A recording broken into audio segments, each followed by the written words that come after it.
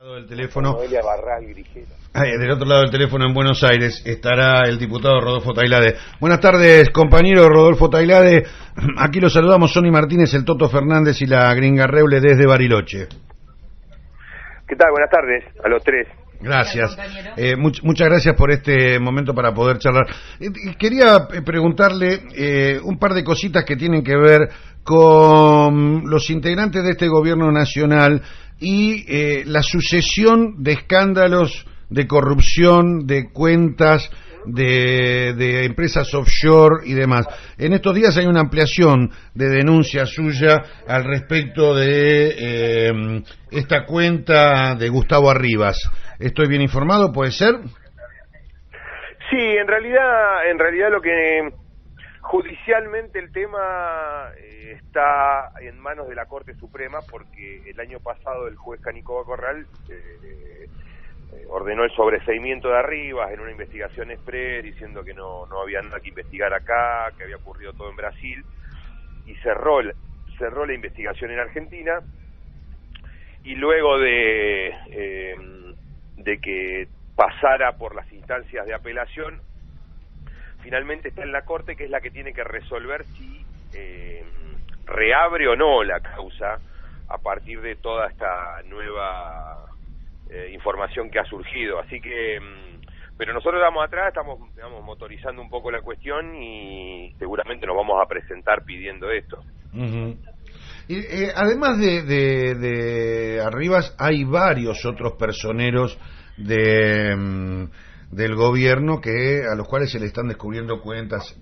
Yo quería relacionar esto, que parece un tema judicial, en realidad con una cuestión política, o con dos notas al pie. Una es que este gobierno Macri llega al poder haciendo uso de un discurso de transparencia y de venir a poner las cosas en orden y demás.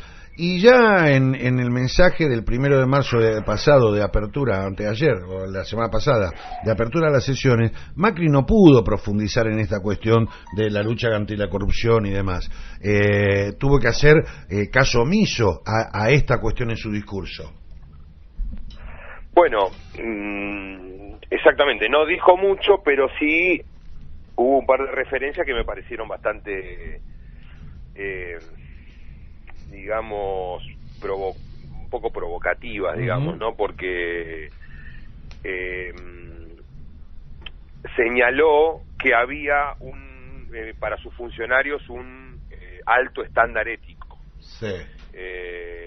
Ratificó un poco digamos, los valores de transparencia de su gobierno y habló de un alto estándar ético para sus funcionarios. El problema es que esa referencia no se refleja, digamos, en la realidad, porque a Gustavo Arribas, a partir de una información oficial publicada por la Policía de Brasil y no por el kirchnerismo, por algún medio compañero, si no fue por la Policía Federal de Brasil, digamos, que dijo que Gustavo Arribas cobró en negro $850.000 producto de maniobras de lavado de dinero generadas allá en Brasil. Y eso, el alto estándar ético, digamos, no apareció para pedirle o la renuncia o el paso al costado o tomar alguna actitud como la que tomó con Gómez Centurión en su momento, cuando lo suspendió hasta que el juez después declaró que no estaba vinculado a esa estructura que hacía negocios mafiosos en la aduana. Tampoco el alto estándar ético aparece con Luis Caputo, el ministro de Finanzas, que la Comisión de Valores, digamos, de Estados Unidos, informó a través de un documento oficial certificado que era el que controlaba en definitiva unas sociedades offshore que manejaron fondos de inversión por $350 millones en negro, y jamás en su vida lo declaró en Argentina. Tampoco exigió ni la renuncia ni un paso al costado de Luis Caputo. Sí,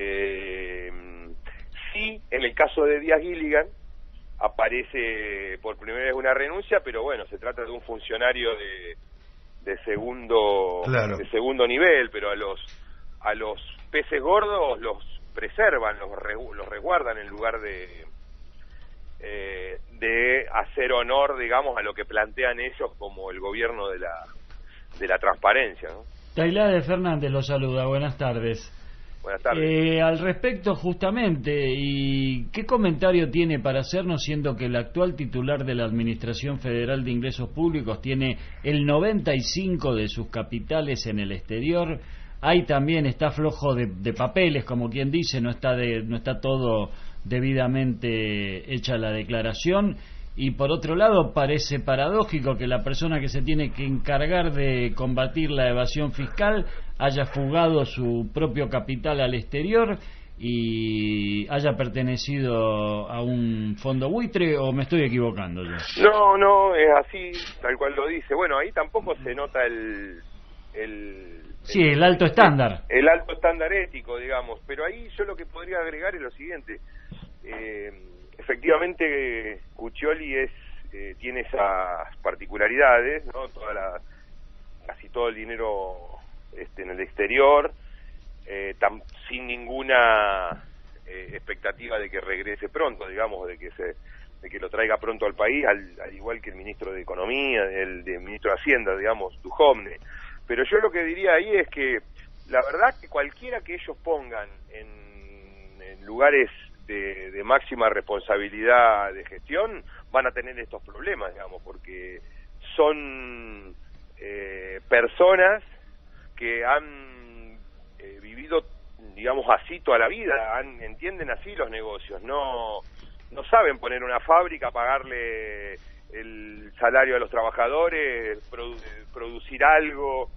Estos tipos han hecho su fortuna en general con la timba financiera, no de laburar ni hablar. Por eso son digamos, en el gobierno se muestran tal cual fueron en la actividad privada. Ahora, Tailade, desde el Parlamento, ¿no hay alguna acción que se puede iniciar como para tratar de impedir que asuma directamente con estas condiciones?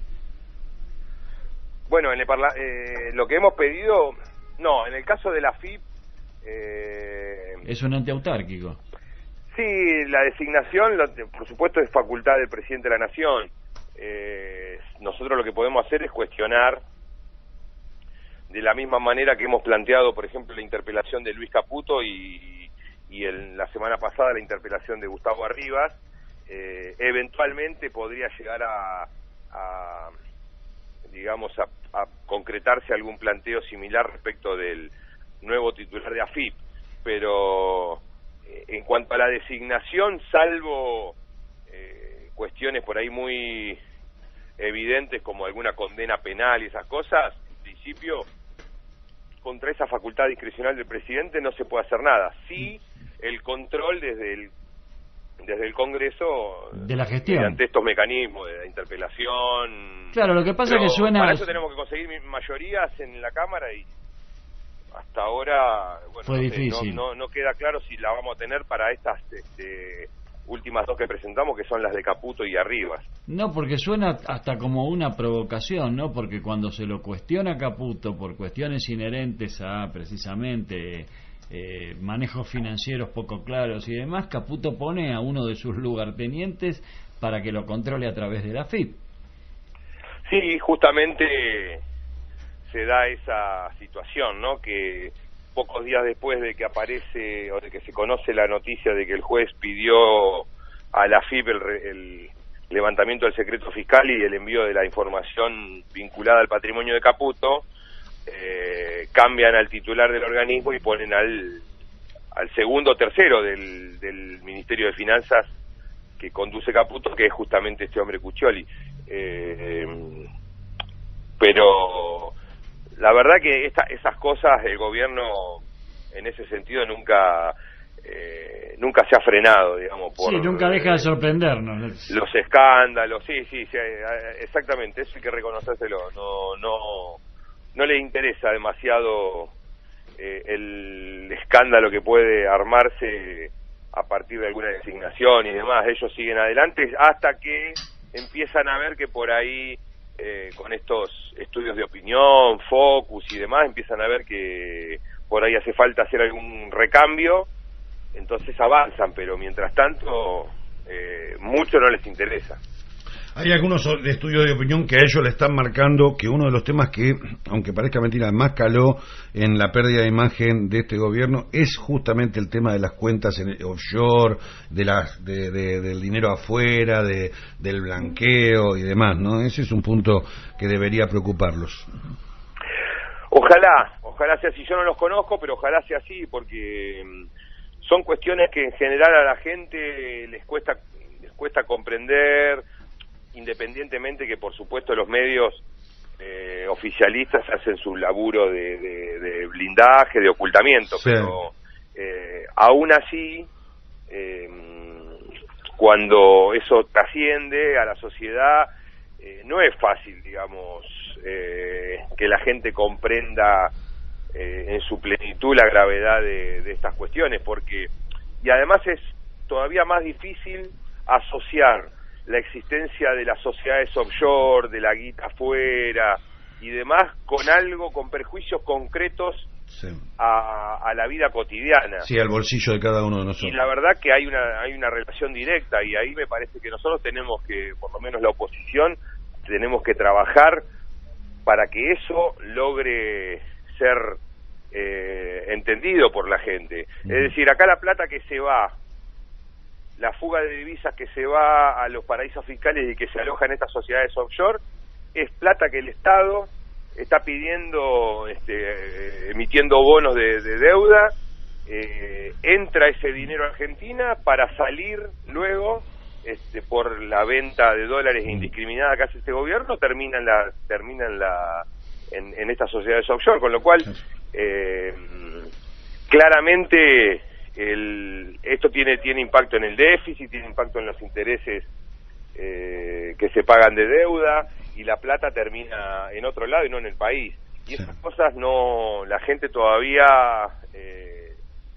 no se le ha dado un mensaje claro desde nuestra posición sobre las consecuencias, ¿no?, del manejo de sociedades offshore en los paraísos fiscales y todas esas cuestiones. Diputado, por último, lo cambio de tema. Le quiero yo dar una información a usted. En el día de hoy, a la mañana, se llevó a cabo la lectura del fallo de la audiencia de extradición del lonco Jones Wala, la extradición pedida por Chile.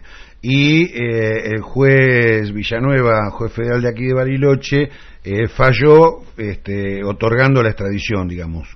Le hizo lugar al fiscal.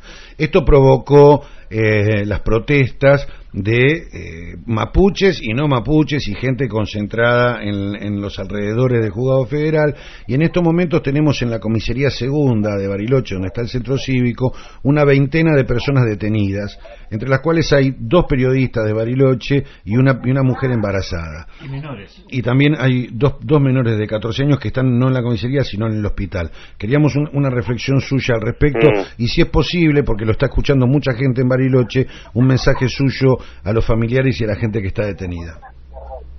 Bueno, mire, en principio, por supuesto que repudio el fallo del juez Villanueva, fundamentalmente porque entiendo que esto ha sido ya resuelto, digamos que la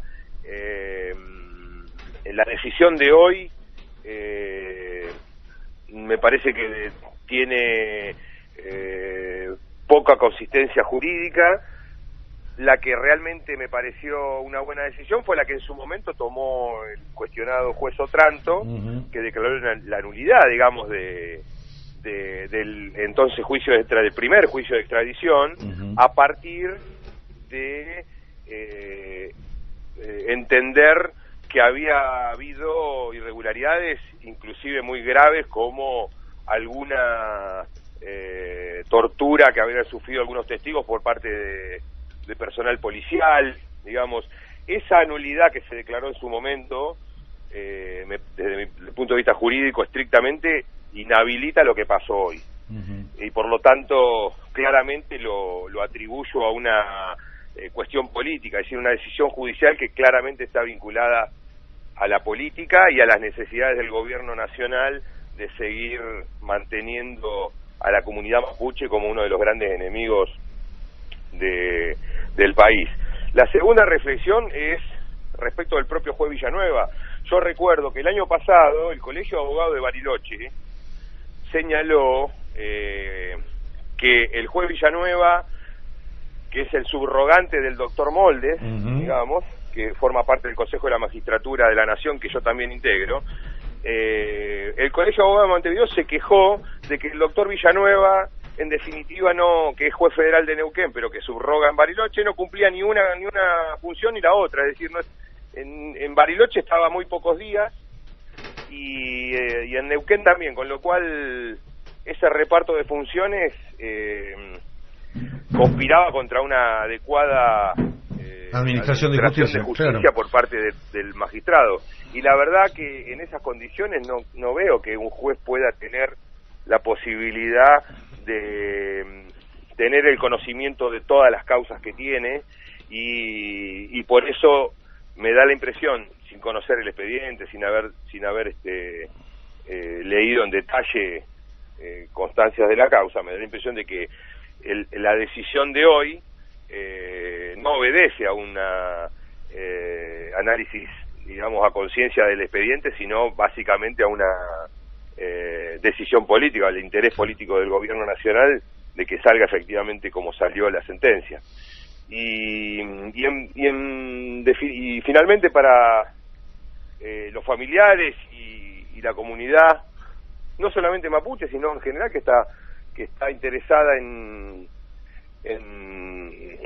que no ocurran este tipo de cosas, el compromiso, por lo menos de nuestro bloque, de estar siempre apoyando este tipo de causas, y estamos a disposición si entienden que podemos dar una mano desde la Cámara de Diputados para intentar que esto no se termine de consumar, ¿no? Que efectivamente la extradición quede firme y se haga el envío, digamos, de Jones Wallace a Chile. Se puede hacer algo desde el Congreso, así que me parece que hay, en ese sentido, hay disposición de los diputados para trabajar. Muchas gracias, diputado, por su tiempo para FM Horizonte en San Carlos de Bariloche. Un abrazo grande, compañero. Un abrazo grande. Gracias. Ahí estaba, Rodolfo Tailade.